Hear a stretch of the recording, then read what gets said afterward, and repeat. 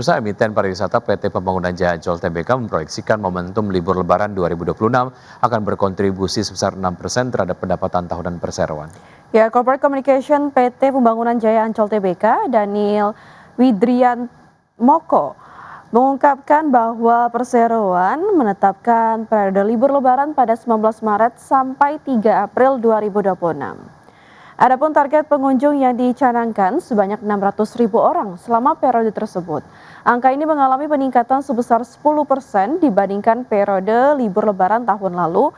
Dengan demikian, perseroan memproyeksikan kontribusi pendapatan sebesar hingga 6% dari momentum libur Lebaran 2026. Meski demikian, perseroan tidak menutup kemungkinan ihwal kondisi ekonomi yang kian tidak pasti.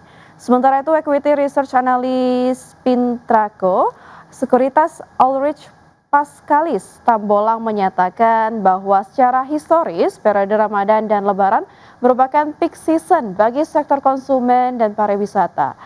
Hanya saja ia memprediksi kontribusi momentum Lebaran terhadap pendapatan tahunan tidak akan jauh berbeda dibandingkan dengan tahun lalu.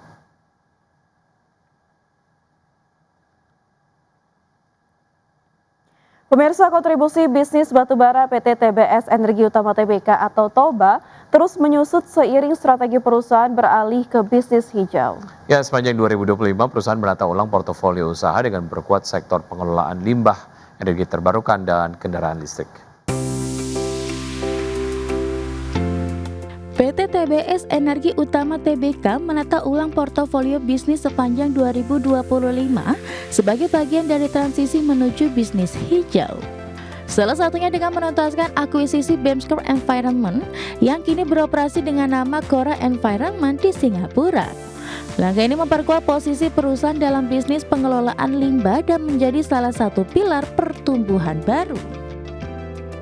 Dalam laporan terbaru, TOBA membukukan EBITDA disesuaikan posisi sebesar 47,2 juta dolar Amerika Serikat dengan saldo kas mencapai 102,3 juta dolar Amerika Serikat atau naik 15% dari tahun sebelumnya. Pendapatan terbesar masih datang dari segmen batubara sebesar 194,6 juta dolar Amerika Serikat, diikuti segmen pengelola limbah sebesar 155,4 juta dolar Amerika Serikat. Secara proporsi, kontribusi bisnis pertambangan dan perdagangan batubara turun dari 81% menjadi 51%. Direktur TOBA Juli Oktarina menyebut penurunan ini mencerminkan strategi perusahaan untuk mengurangi exposure batubara dan mempercepat pengembangan bisnis berkelanjutan. Kedepan TOBA akan memperkuat bisnis pengelolaan limbah, energi terbarukan, serta ekosistem motor listrik elektrum melalui skema Rent to Own. Berbagai sumber, IDEX Channel. PT Excel Smart Telecom Sejahtera Tbk mengoptimalkan layanan di Indonesia bagian timur melalui proyek Palaparing Timur yang menjangkau 35 kabupaten kota. Ya, perseroan menyebut proyek Palapa Timur memungkinkan perseroan memperluas jaringan, meningkatkan kualitas layanan, dan memperluas basis pelanggan. PT XL Smart Telecom Sejahtera Tbk mengoptimalkan layanan di Indonesia bagian timur melalui proyek Palaparing Timur. Palaparing Timur menjangkau 35 kabupaten kota yang tersebar di wilayah Nusa Tenggara Timur, Maluku, Papua, dan Papua Barat. Proyek ini memiliki panjang kabel serap optik sekitar 8.454 km dengan nilai proyek mencapai 5,1 triliun rupiah. Kebutuhan layanan kapasitas bandwidth di wilayah timur diketahui cukup tinggi, khususnya pada jalur Kupang ke Waingapu hingga ke Bali dan Nusa Tenggara Timur. Dengan terpenuhinya kebutuhan kapasitas backbone, layanan perseroan menjadi lebih optimal tanpa kendala congestion. Dari sisi availability dan sustainability, layanan Palaparing Timur disebut perseroan sangat baik. Dukungan ini memungkinkan perusahaan memperluas jaringan, meningkatkan kualitas layanan, dan memperluas basis pelanggan.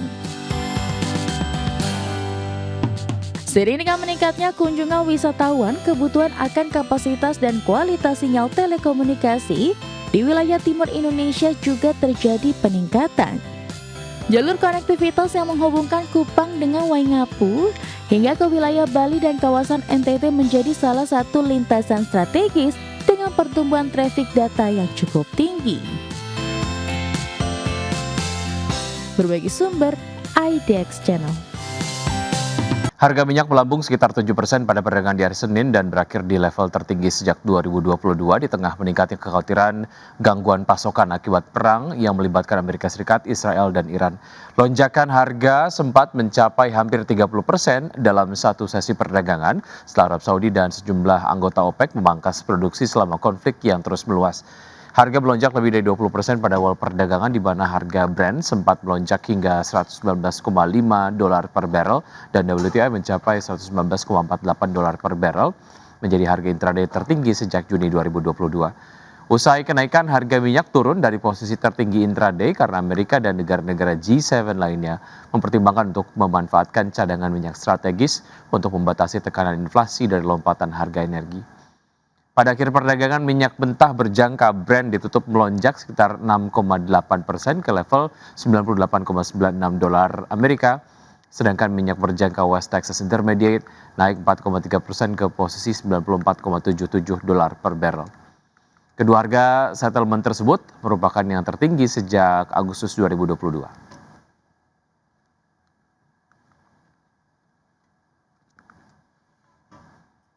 Ya, memanasnya konflik di Timur Tengah memaksa Bank Sentral Global meninjau ulang arah kebijakan moneter.